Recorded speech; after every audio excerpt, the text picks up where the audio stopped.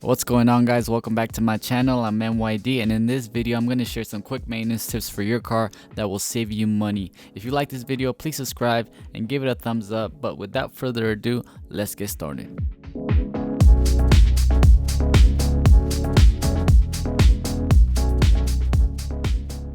So if your hood is not opening up, it doesn't stay up, all you gotta do is get some vice pliers like this, and then you can hold it open this way. You just gotta adjust it.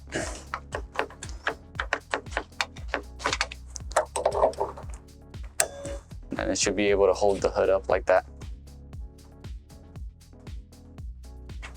All right, so moving on to the first hack.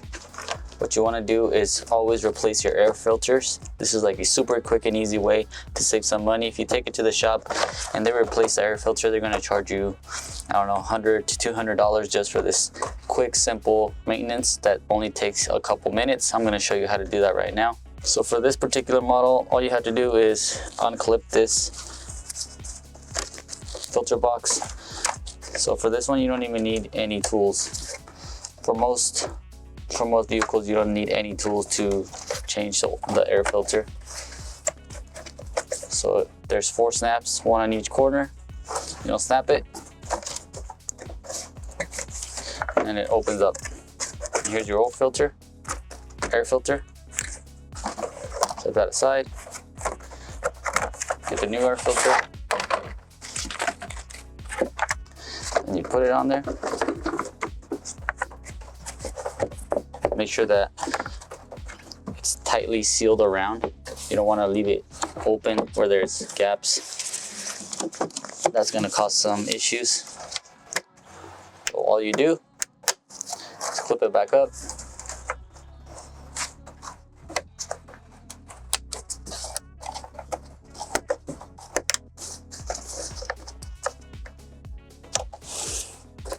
And there you go. You just saved about $150 just buying the new filter. This costs about $25, so that's all you need for that.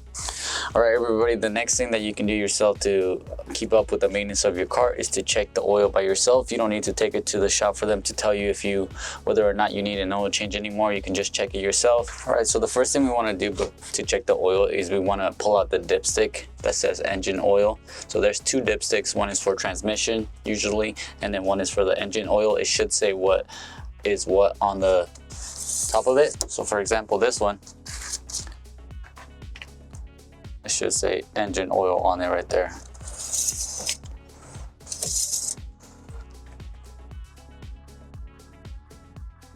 So we want to check the color of the oil. If the oil is really dark, that usually means that it's due for an oil change. If it smells a little burnt, it's due for an oil change. If it looks like this, I just changed the oil on this recently, like a couple days ago, so it's going to be lighter color, and it's not going to have any strong smells to it. And in general, you want to get your engine oil changed about every 3,000 to 5,000 miles. I usually do 3,000 but sometimes I leave it up to 5,000. It just depends on if I'm really busy. That's what decides whether or not I change it sooner. All right, so another thing that you want to check for maintenance is your coolant levels. And what this fluid does, it keeps your engine at a normal operating temperature, and when they go too low, it can cause the engine to overheat, and that'll basically ruin your entire engine. So you want to be very careful when you check your coolant levels, because you don't want to do it when the car is hot, as some of these caps are pressurized and it'll just shoot out all the liquid out of it. In this particular car, it is not, so I can top it off whenever I need to. But as you can see here, my coolant is going a little low, so I need to top it off and put it to the full mark. Usually cars have a full mark on them on the reservoir here, and just top it off, and then you're good to go on your way. Finally, one of the things that you can do yourself is, if you need a new battery, you don't have to take it to the shop and have them charge you a lot more than what it takes to replace it yourself. Just buy the battery at AutoZone. They can help you find the one that you need, or O'Reilly's. Even Walmart has certain options. All you have to do is go buy a new one, and I'm going to show you how to do it really quickly. All you need is like 1 to 2 tools. In this case, I only need 1, and all you have to do is unscrew these bolts.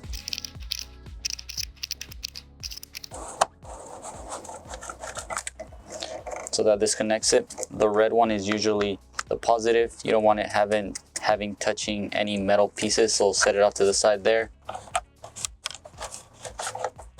So once you take both terminals off, the battery's connected, there's no more power going to your car, so you can put that anywhere. Now all you have to do is pull the battery up.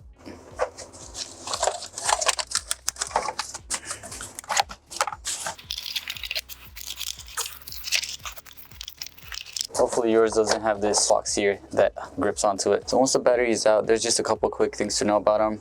On the battery, it usually has the signs of what the terminals are. So for example, this one has a plus sign, that means positive.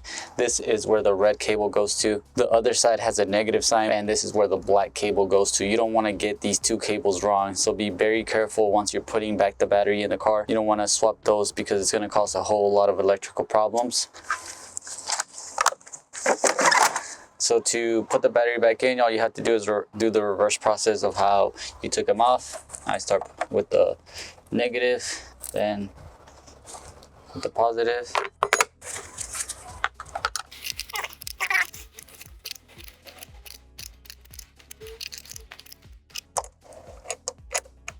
You don't want to over tighten them because then it can actually break the terminal itself. So you want a snug fit, and what I like to do is I like to wiggle them back and forth, make sure they're not moving. Once you do that, just put that cap over there and you should be good to go. Finally, I just want to share a couple of the tools that you must have. These are like super basic tools to just have in your arsenal. The first is a combination wrench set. This is like super handy. You could use it for a lot of different things. Another thing are screwdrivers. You need a Phillips, which is a star shape, star tip, and then a flathead, which is like what the name implies. So yeah, everybody, these are just some quick tools to have in your arsenal. They only cost about $20 to $25. If that, you can get them at Harbor Freight, Walmart, any place. But if you like this video, make sure you like and subscribe. Let me know your favorite part in the comments, and I'll see you on the next one.